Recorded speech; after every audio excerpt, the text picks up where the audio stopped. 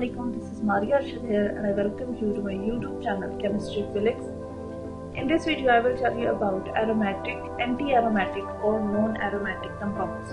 Basically we will discuss that how to decide whether a compound is aromatic, anti-aromatic or non-aromatic. So let's get started.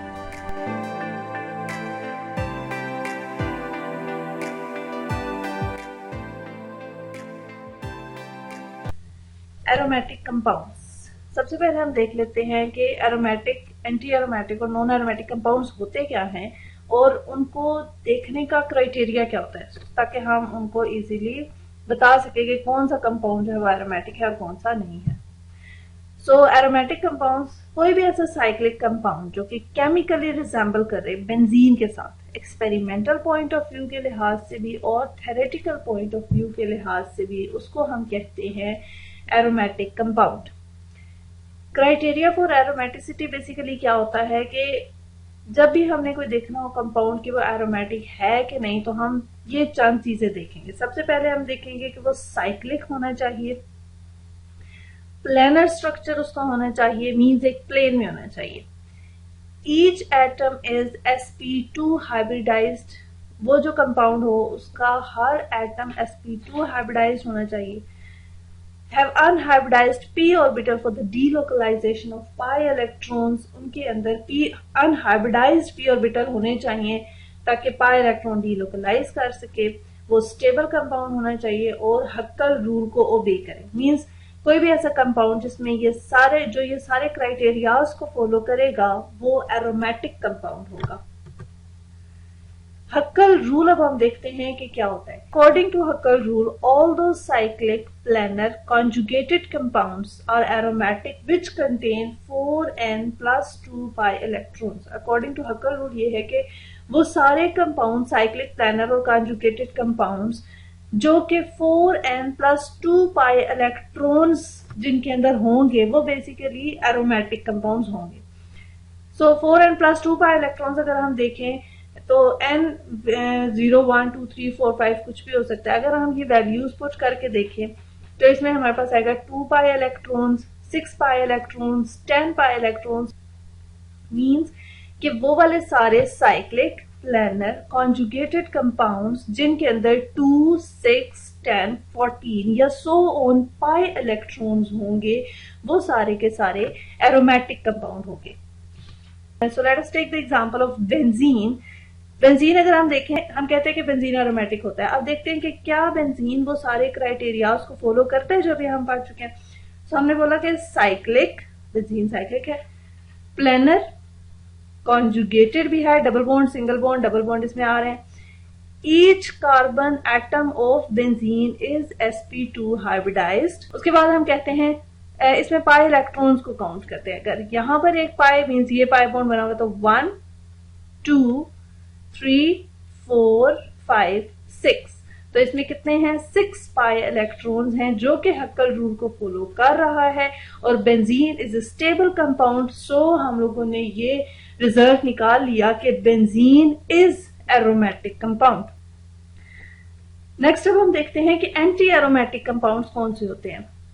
तो all cyclic planar conjugated compounds which contain 4n pi electrons in rings are known as anti-aromatic.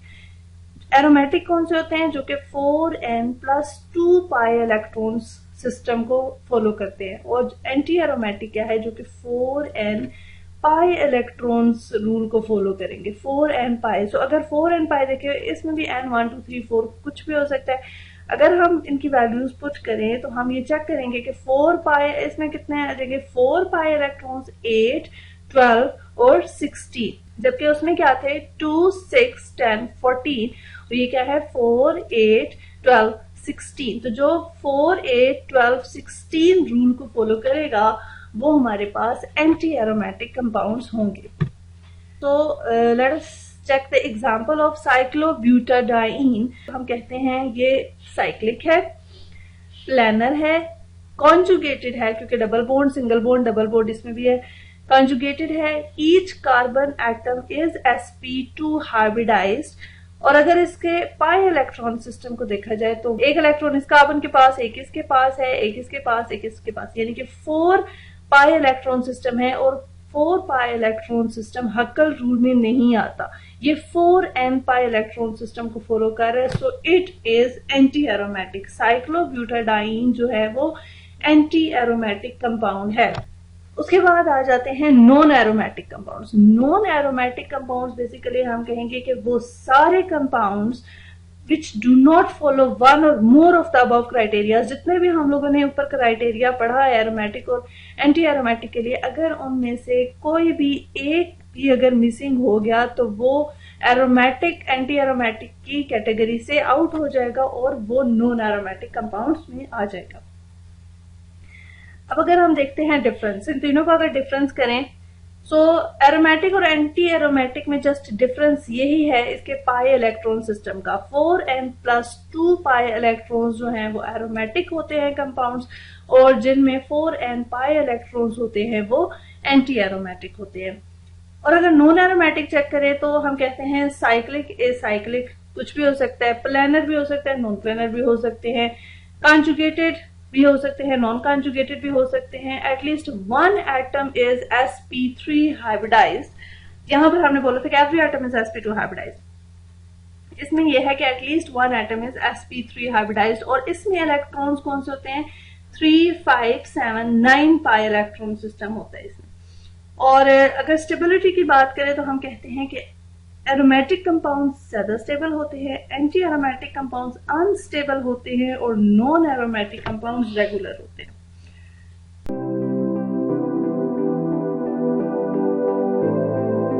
सो अब अगर हम practice पे आ जाएं, अब हम different compounds लेकर आएंगे, वो देखते जाएंगे कि whether that compound is aromatic, anti aromatic or non aromatic. So let's check it out.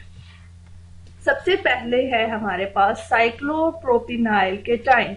Cyclic है, प्लेनर है, कॉन्जुगेटेड भी है, double bond, single bond, positive charge. Conjugated है, each carbon atom is sp2 hybridised. और अगर इसके pi electronic system को देखें तो 1 और 2। ये वाला जो अनहाइब्रिडाइज्ड पी ऑर्बिटल है, it is positively charge, it means कि इसमें कोई इलेक्ट्रॉन मौजूद नहीं है। सो इसका पाई इलेक्ट्रॉनिक सिस्टम कितना है? इसके पाई इलेक्ट्रॉन इसमें कितने हैं? 1 और 2, just 2 pi electron system. So it follows Hückel rule, it is basically aromatic compound. अभी हमने देखा कि साइक्लोप्रोपिनाइल केटाइन फॉलो करता है वो सारे क्राइटेरिया के steps, it is basically aromatic. Next thing is cyclobutadiene, जो कि हम डिस्कस कर चुके हैं, लेकिन एक दफा फिर अगर चेकआउट करें तो साइक्लिक, प्लेनर है, कॉन्जुगेटेड है, each carbon atom is sp2 hybridised, 4 pi electron system है, अनस्टेबल है, इट इज एंटी एरोमेटिक। अब ये जो स्टेबिलिटी और अनस्टेबिलिटी की हम बात कर रहे हैं, इसको बेसिकली MOT के थ्रू डिस्क्राइब किया जाता है। अब अगर इसका MOT देखें तो यहाँ पर इसमें 2 अनपेयर्ड इलेक्ट्रॉन्स आ रहे हैं, सो इट इज अनस्टेबल। सो यहाँ पे हम लोगों ने ये डिसाइड किया कि cyclobutadiene is anti aromatic. Benzene को भी हम डिस्कस कर चुके हैं, हमने ये देख लिया था कि ये सारे क्राइटेरिया को फॉलो करता है, so benzene is aromatic. Next thing is cyclooctatetraene. Cyclooctatetraene को अगर हम देखें तो ये साइक्लिक है, कॉन्जुगेटेड है, double bond, single bond, double bond है, each carbon atom is sp2 hybridised. एक और sp2 और sp3 हाइब्रिडाइज्ड हमें कैसे पता चलता है कि बेसिकली लोन पेयर और सिग्मा बॉन्ड्स को काउंट करके चेक कर लिया जाता है कि sp2 है या sp3 हाइब्रिडाइज्ड है या कौन सी हाइब्रिडाइजेशन है इसकी बेसिकली। तो अगर यहाँ पे हम कार्बन को देखें तो कार्बन 1, 2 और 3 मीन्स एक हाइड्रोजन यहाँ पर आएगा, 3 बॉन्ड बना रहा है और कोई लोन पेयर नहीं है। एक इसके पास पाई बॉन्ड है, 3 सिग्मा बॉन्ड बना रहा है, तो इट मीन्स के sp2 हाइब्रिडाइजेशन है। Each carbon atom is sp2 hybridised. और ये इसका अगर हम इलेक्ट्रॉनिक सिस्टम देखें, पाई इलेक्ट्रॉन कौन से? 1, 2, 3, 4, 5, 6, 7 and 8। इट मीन्स कि इसमें 8 पाई इलेक्ट्रॉन हैं, सो it should B anti aromatic. But इसमें क्या होता है कि रिंग का साइज लार्जर होने की वजह से ये प्लेनर नहीं रहता, it becomes non planar. So due to its non planarity it is basically non-aromatic. So if just because of its non-planarity, cyclooctatetraene is non-aromatic compound. Okay, next thing is pyrrole. Pyrrole अगर हम देखें तो cyclic है, planar है, conjugated अगर हम देखें तो ये कॉन्जुगेटेड भी है, double bond, single bond, double bond, single bond, lone pair. Nitrogen के ऊपर एक लोन पेयर मौजूद है. अगर इसका पाई इलेक्ट्रॉनिक सिस्टम देखें तो एक लोन पेयर नाइट्रोजन के ऊपर मींस 2 इलेक्ट्रॉन, एक लोन पेयर के अंदर 2 इलेक्ट्रॉन्स होते हैं. तो 1 2 3 4 5 6 पाई इलेक्ट्रॉन सिस्टम भी है. Each atom must be sp2 hybridised, वो एक क्राइटेरिया. अगर इसको देखें तो इसमें 4 कार्बन है that are sp2 hybridized, लेकिन एक नाइट्रोजन है. अगर इसकी हाइब्रिडाइजेशन चेक करें इसमें तो वो क्या है, 1 2 और 3 ये सिग्मा बॉन्ड बना रहा है नाइट्रोजन. 3 प्लस लोन पेयर इसमें कितने हैं, एक नाइट्रोजन के ऊपर लोन पेयर भी होता है, यानी कि उसमें एक लोन पेयर भी आ गया. 3 sigma bond plus 1 lone pair, it means sp3 hybridisation है.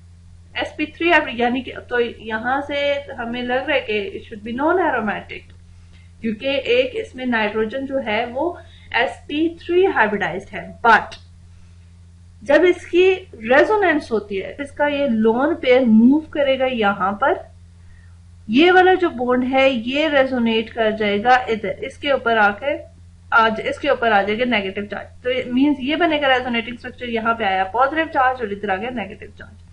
अब अगर हम इस रेजोनेटिंग स्ट्रक्चर को देखें, साइक्लिक है, प्लेनर है, कॉन्जुगेटेड भी है, double bond single bond negative charge, single bond double bond positive charge. So conjugated है. 6 अगर इसका पाई इलेक्ट्रॉनिक सिस्टम देखें तो 1 2 negative charge means 2 electron, 3 4 5 6 means 6 pi electron system है विच फॉलो हक्कल रूल. और इसमें 4 कार्बन एटम है, चारों के चारों sp2 हाइब्रिडाइज्ड है. नाइट्रोजन अगर चेक करें, नाइट्रोजन इसमें 3 सिग्मा बॉन्ड बना रही है और no lone pair. So it means in this structure nitrogen is sp2 hybridised. So all the atoms in this structure are basically sp2 hybridized. So our result is basically that pyrrole is aromatic due to this structure.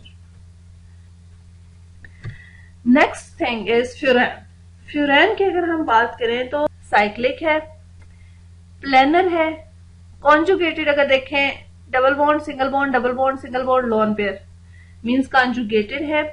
Pi electronic system अगर देखें तो 1 2 3 4 5 6 oxygen के पास 2 lone pair मौजूद है, लेकिन just इसका एक जो लोन पेयर होगा वो कॉन्जुगेशन में पार्टिसिपेट करेगा. बाकी अनहाइब्रिडाइज्ड पी ऑर्बिटल है उनके साथ प्लेनैरिटी में जस्ट एक लोन पेयर आ रहा है, जो दूसरा वाला लोन पेयर है वो उनके परपेंडिकुलर होता है.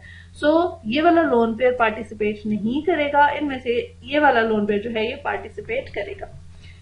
सो हम इसको काउंट करेंगे पाई इलेक्ट्रॉनिक सिस्टम में. 4 कार्बन एटम है इसमें that are sp2 hybridised, but oxygen की अगर हाइब्रिडाइजेशन चेक करें तो इसमें 2 ये सिग्मा बॉन्ड बना रहा है plus 2 lone pair is equals to 4. It means it is sp3 hybridised.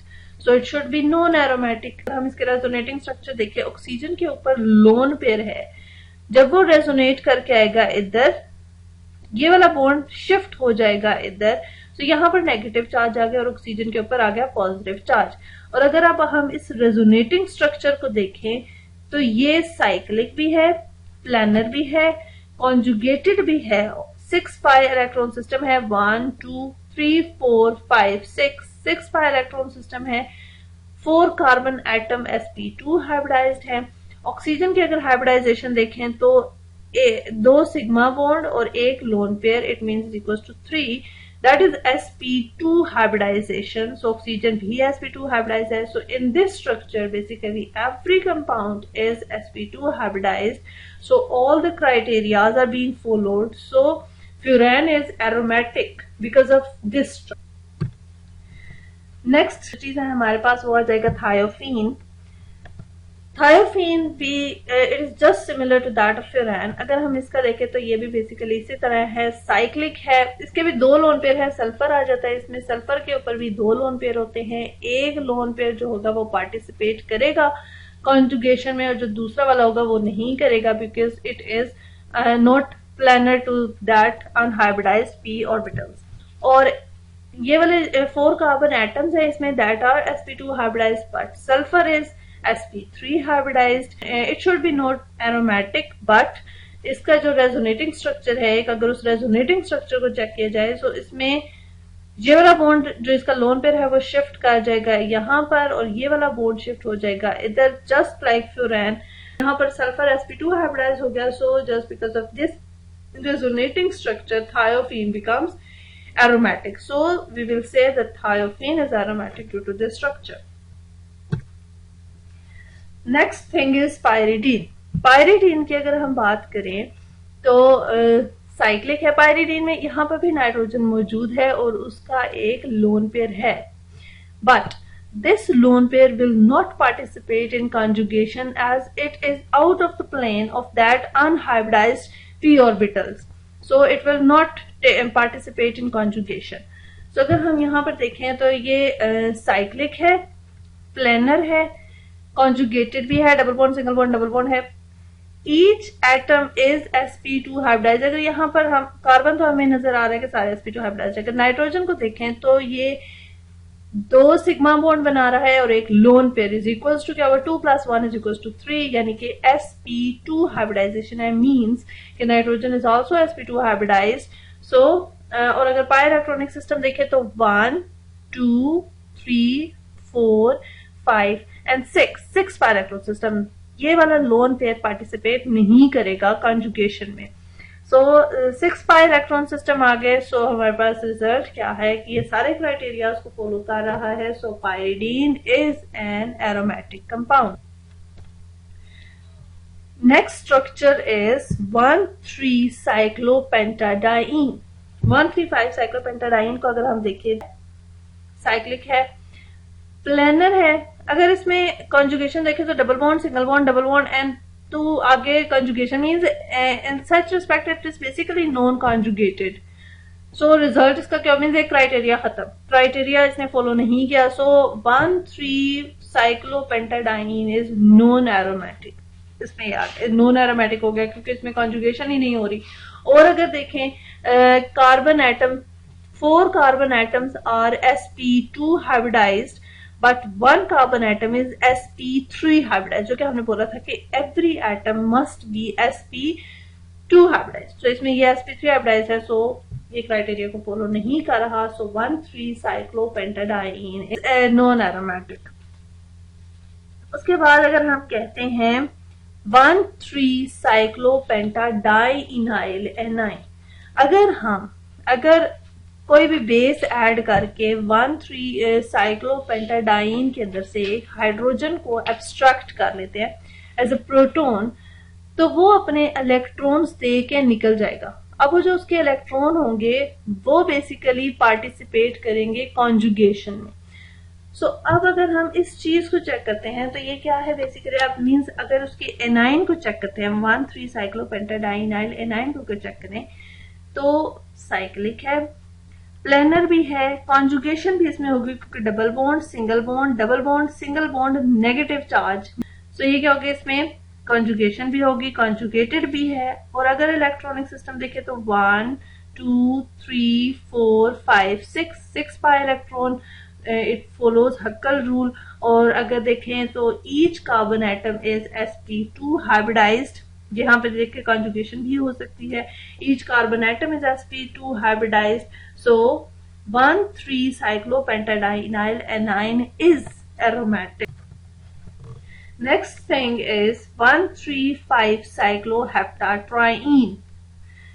अगर हम इसको देखें तो ये साइक्लिक है, प्लेनर है, नॉन कॉन्जुगेटेड. यहाँ पे means double bond single bond आ गया, मीन्स कॉन्जुगेशन इसमें एज सच नहीं होगी. अगर इसमें देखें हाइब्रिडाइजेशन तो हम देखते हैं कि इसमें जो है 6 कार्बन जो है वो sp2 हाइब्रिडाइज्ड है, जबकि एक कार्बन जो है इसमें वो sp3 हाइब्रिडाइज्ड है। बाकी इलेक्ट्रॉनिक सिस्टम अगर आप देखें 1 2 3 4 5 6 पाई इलेक्ट्रॉन सिस्टम है, मींस हक्कर रूल तो फॉलो कर रहा है, लेकिन इसकी इस वजह से कि ये वाला कार्बन जो है वो sp3 हाइब्रिडाइज्ड है, जबकि हमारा क्राइटेरिया है कि every atom must be sp2 hybridised. से एरोमेटिसिटी की कैटेगरी से ये आउट हो गया, तो हम कहेंगे कि 1,3,5 cycloheptatriene is non aromatic compound. Next compound is 1,3,5 cycloheptatrienyl cation। अगर हम इसको देखें तो ये साइक्लिक है, प्लेनर है, कॉन्जुगेटेड भी है, double bond single bond, positive charge single bond double bond single bond double bond, तो ये हमारे पास क्या है, कॉन्जुगेटेड भी है। ईच कार्बन एटम अगर हम देखें तो वो इसका sp2 हाइब्रिडाइज्ड है। पिछले वाले में 1,3,5 साइक्लोहेप्टाट्राईन में एक कार्बन एटम sp3 हाइब्रिडाइज था, जबकि इसके कैटाइन में every carbon atom is sp2 hybridised. और अगर हम इलेक्ट्रॉनिक सिस्टम देखें तो 1 2 3 4 5 and 6 pi electron system means it follow all the criteria of the aromatic compound, so we will say that 1,3,5 cycloheptatrienyl cation is aromatic। Next compound naphthalene. Naphthalene अगर हम check करें तो cyclic है, planar है, conjugated है, each carbon atom is sp2 hybridised. और अगर हम इसका पाई इलेक्ट्रॉनिक सिस्टम चेक करें तो 1 2 3 4 5 6 7 8 9 एंड 10 पाई इलेक्ट्रॉन सिस्टम है that follows Hückel rule, stable है, so we will say that naphthalene is an aromatic compound। Next is cyclodecapentyne। cyclodecapentyne अगर हम देखें तो naphthalene और cyclodecapentyne are basically same thing, just इसमें यहाँ पर ये वाले दो कार्बन जो है वो अटैच है और यहाँ पर ये वाले जो कार्बन है ये अटैच नहीं है।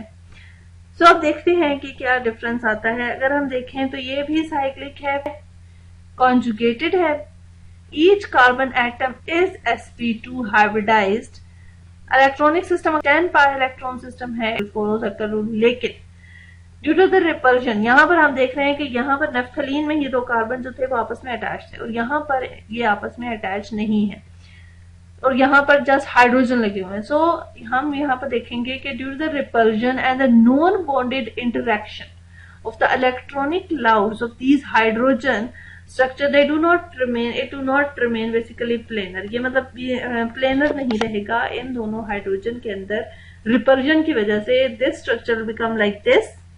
अगर हम देखें तो ये लेट्स सपोज कि ये दो रिंग्स हैं हमारे पास, एक ये यहाँ पर बेंजीन वाला रिंग आ जाएगा, एक इधर आ जाएगा और ये जो दो हाइड्रोजन है जिसमें रिपल्शन हो रही है ये ऊपर हो जाएंगे। So this structure will basically lose the planarity. So इस वजह से due to its non planar structure it will be out of the aromatic category. So अब ये नॉन एरोमेटिक हो जाएगा। तो हम कहेंगे कि cyclodecapentaene is non aromatic because of its non planarity. उसके बाद है हमारे पास साइक्लोप्रोपेनोन। साइक्लोप्रोपेनोन अगर हम चेक करें तो अगर ये है साइक्लोप्रोपेनोन, ये वाली रिंग बेसिकली चेक करनी है, साइक्लिक है, प्लेनर है। अगर इसमें पाई इलेक्ट्रॉनिक सिस्टम देखें तो 1 2 एंड 3 पाई इलेक्ट्रॉन सिस्टम है। तो हम कहेंगे कि according to this it should be non aromatic, but अगर इसका एक रेजोनेटिंग स्ट्रक्चर हम लोग चेक करें तो oxygen will be more electronegative, so it will attract these electrons and will get the negative charge upon this and इस carbon के ऊपर पॉजिटिव चार्ज आएगा, नेगेटिव चार्ज ऑक्सीजन के ऊपर, पॉजिटिव चार्ज कार्बन के ऊपर। अब अगर हम चेक करें इसके pi electronic system, that was the problem at that time. अगर हम चेक करें तो यहाँ पर अब 1 पाई इलेक्ट्रॉनिक सिस्टम अगर चेक करें जब इस कार्बन पर पॉजिटिव चार्ज है तो 1 एंड 2। अब इस कार्बन के अनहाइब्रिडाइज्ड ऑर्बिटल में कोई भी चार्ज नहीं रहा है, ये पॉजिटिव चार्ज हो गया। सो इसमें कितने हो जाएंगे, just 2 pi electron system that follows Hückel rule. So हम कहेंगे कि साइक्लोप्रोपेनोन जो है is aromatic due to this resonating structure. Next compound is azulene. Azulene अगर हम देखें तो हम कहते हैं कि ये साइक्लिक है, प्लानर भी है, कॉन्जुगेटेड भी है। अब अगर हम देखें each carbon atom is sp2 hybridised. अब अगर इसका इलेक्ट्रॉन मींस एक क्राइटेरिया रह गया इसके इलेक्ट्रॉनिक सिस्टम का, तो अगर हम उसको चेक करें तो हम कहते हैं कि 1 2 3 4 5 6 7 8 9 एंड 10 मींस ओवरऑल अगर हम इसको देखें तो 10 इलेक्ट्रॉन्स 10 पाई इलेक्ट्रॉन्स हैं, so it is aromatic. Overall हम कह रहे हैं कि ये एरोमेटिक है। लेकिन अगर मैं सिंगल रिंग को देखूं मींस ईच रिंग को देखूं तो एरोमेटिक ये कंपाउंड है, एजोलीन इज एरोमेटिक, लेकिन इसकी स्टेबिलिटी में थोड़ा डिफरेंस आ जाएगा। अगर मैं देखूं जस्ट एक रिंग को, अगर मैं इस रिंग को देखूं 1 2 जस्ट लार्जर रिंग को, तो ये वाला जो कार्बन है इसके पास भी एक इलेक्ट्रॉन है मींस 1 2 3 4 5 6 एंड 7। इस स्ट्रक्चर में जो बिगर रिंग है उसके अंदर 7 इलेक्ट्रॉन्स हैं। अगर हम स्मॉलर रिंग देखें तो उसमें कितने हैं 1 2 3 4 एंड 5 इलेक्ट्रॉन्स इसके अंदर मींस 7 और 5 इलेक्ट्रॉन्स। सो ये एक अनस्टेबल स्ट्रक्चर होगा क्योंकि ईच रिंग जो है वो हक्कर रूल को फॉलो नहीं कर रही। दो इट इज ओवरऑल एरोमेटिक, लेकिन ईच रिंग जो है वो हक्कर रूल को फॉलो नहीं कर रही, so it is basically somehow unstable. अगर इसका एक और रेजोनेटिंग स्ट्रक्चर चेक करें, अगर ये वाला बॉन्ड शिफ्ट हो जाए यहां पर और ये वाला बॉन्ड शिफ्ट हो जाए इधर, सो यहां पर नेगेटिव चार्ज आ जाएगा और इधर आ जाएगा पॉजिटिव चार्ज। अब अगर हम एक का इलेक्ट्रॉन अगर दोनों रिंग्स का अलग अलग इलेक्ट्रॉनिक सिस्टम चेक करें तो 1 2 3 4 5 एंड 6, क्योंकि ये बॉन्ड जो होगा वो शिफ्ट कर जाएगा इधर। तो यहां पर एक इलेक्ट्रॉन है 1, इस कार्बन के पास कोई भी इलेक्ट्रॉन मौजूद नहीं है क्योंकि it is positively charge. So 1 2 3 4 5 and 6। बिगर वाले रिंग के पास 6 इलेक्ट्रॉन है। अगर छोटे वाले रिंग को देखें तो 1 2 3 एंड 4 नेगेटिव चार्ज आ गया मींस 2 इलेक्ट्रॉन, 3 एंड 4 हो गया एंड 5 तो 6 इलेक्ट्रॉन्स स्मॉलर वाले रिंग में आ गए। 6 electron, overall 10 electron, but in big ring 6 electron and in small ring 6 electron. So in this structure both of these will follow the Huckel rule, so this structure is more stable. Azulene is aromatic compound overall, but this resonating structure is more stable. So this was all about aromatic, anti-aromatic and non-aromatic compounds. In this way we will decide, by following these criteria, we will decide that whether the compound is aromatic, anti-aromatic and non-aromatic. I hope so आप सब लोगों को समझ आ गया होगा. So give a big thumbs up to my video if you like it and stay tuned, subscribe to my channel. Thanks for watching.